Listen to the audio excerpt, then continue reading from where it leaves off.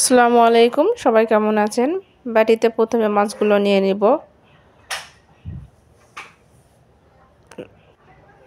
এখন লবণ দিয়ে দিব,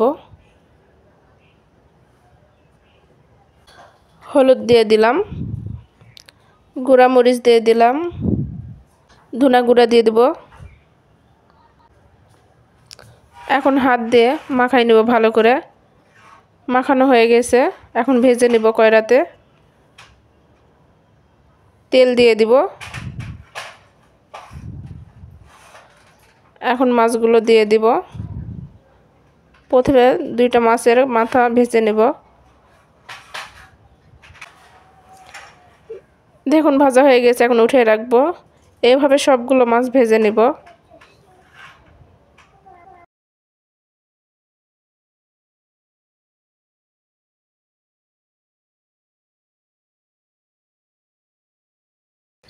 এখন আলুগুলো দিয়ে দিব।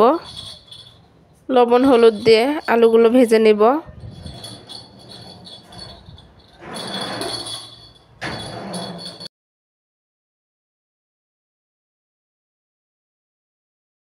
দেখুন আলুগুলো ভাজা হয়ে গেছে, এখন উঠে রাখবো।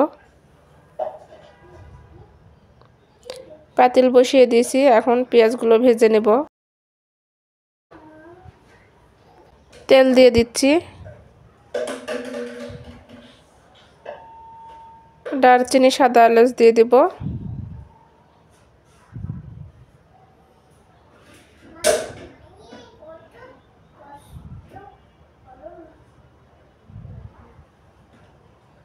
হালকা বাদামি কালার করে ভেজে নেব।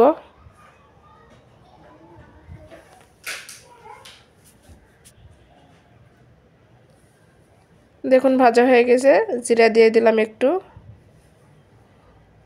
পানি দিয়ে দিলাম যাতে পুড়া না লাগে। মশলা বাটা দিয়ে দিলাম, আদা রসুন জিরা বাটা। লবণ দিয়ে দিলাম, হলুদ দিয়ে দিলাম, গুঁড়া মরিচ দিয়ে দিলাম, ধনা গুঁড়া দিয়ে দিলাম। এখন লাউগুলো দিয়ে দিব।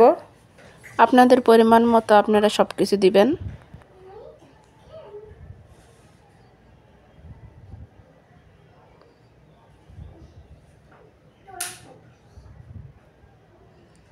এখন ভালো করে নাড়াচাড়া করে নেব, নিয়ে ঢাকনাটা দিয়ে ঢেকে দিব।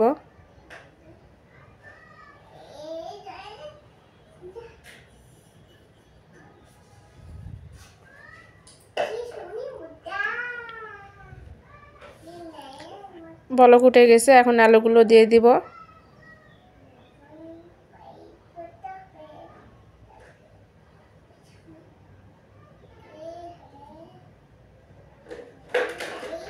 আলুগুলো দিয়ে দিচ্ছি।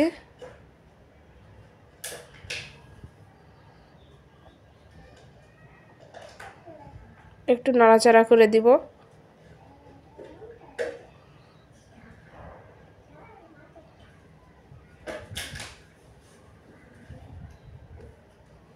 আবার ঢাকনাটা দিয়ে ঢেকে দিচ্ছি, ভালো করে কষিয়ে নিব।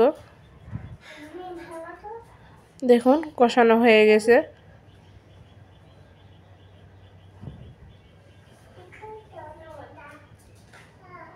লায়ে পানি দিতে হয় না, লায়ের পানি দিয়ে কষানো হয়ে যায়।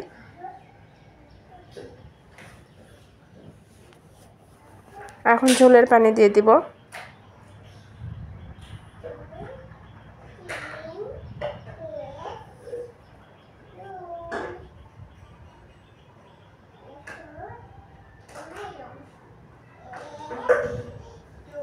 ঝোলের পানি দিয়ে দিলাম।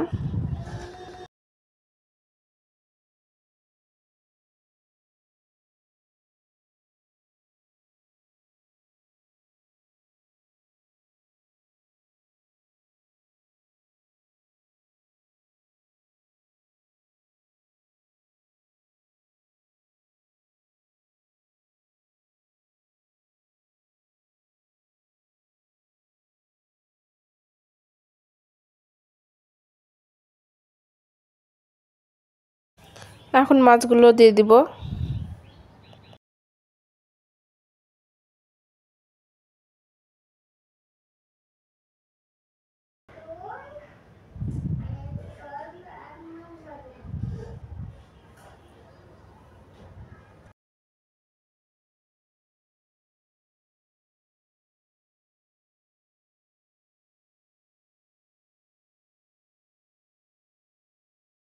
আবার ঢাকনাটা দিয়ে ঢেকে দিচ্ছি। কিছুক্ষণ পর ফিরে আসছি। দেখুন রান্নাটা হয়ে গেছে।